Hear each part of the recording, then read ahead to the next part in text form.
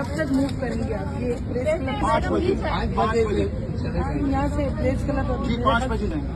اس park کو تو کچھ ہو رہا ہے، ہم لوگ کے پاس جو اس پارک کو کچھ ہو رہا ہے کیا؟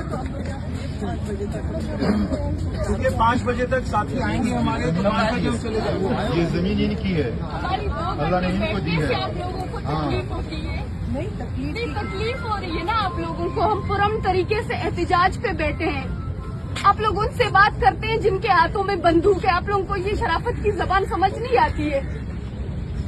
کس درد سے، کس تکلیف سے ہم لوگ گزر رہے ہیں. کبھی آ کے ہماری زندگی کو ایک دن جی لیں. ہم آپ کو 2 ہاتھوں سے سلامی پیش کریں گے. روزانہ ہمیں سڑکوں پر گھسیٹا جاتا ہے، روزانہ ہم پہ تشدد کی جاتی ہے، روزانہ ہمیں گرفتار کیا جاتا ہے صرف اس بنیاد پہ کہ ہم اس ملک میں پرامن طریقے سے احتجاج کرتے ہیں. ہم اپنے پیاروں کی زندگی مانگ رہے ہیں، ان کی سلامتی مانگ رہے ہیں. اب کوئی بلوچستان کے ریکارڈک اور سندک نہیں مانگ رہے ان سے. ہم بلوچستان میں پروجیکٹس نہیں مانگ رہے، اسکیمیں نہیں مانگ رہے. ہم یہاں پر بھوک کے خلاف نہیں بیٹھے ہیں، مہنگائی کے خلاف نہیں بیٹھے ہیں، کچھ دکھانے کے لیے نہیں بیٹھے ہیں. یہ ریاست کہتی ہے کہ ہم لوگ ڈرامے کرتے ہیں. یہ ہوتی ہے ہماری ڈرامے بازیاں.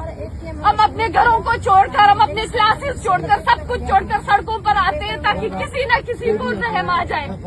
لیکن یہ ریاست اتنی بیس بن چکی ہے کہ اس سے رحم کی اپیل کرنا بھی بیوقوفی ہے. پھر بھی آپ لوگ آ کے کہتے ہیں کہ یہاں سے اٹھ جائیں.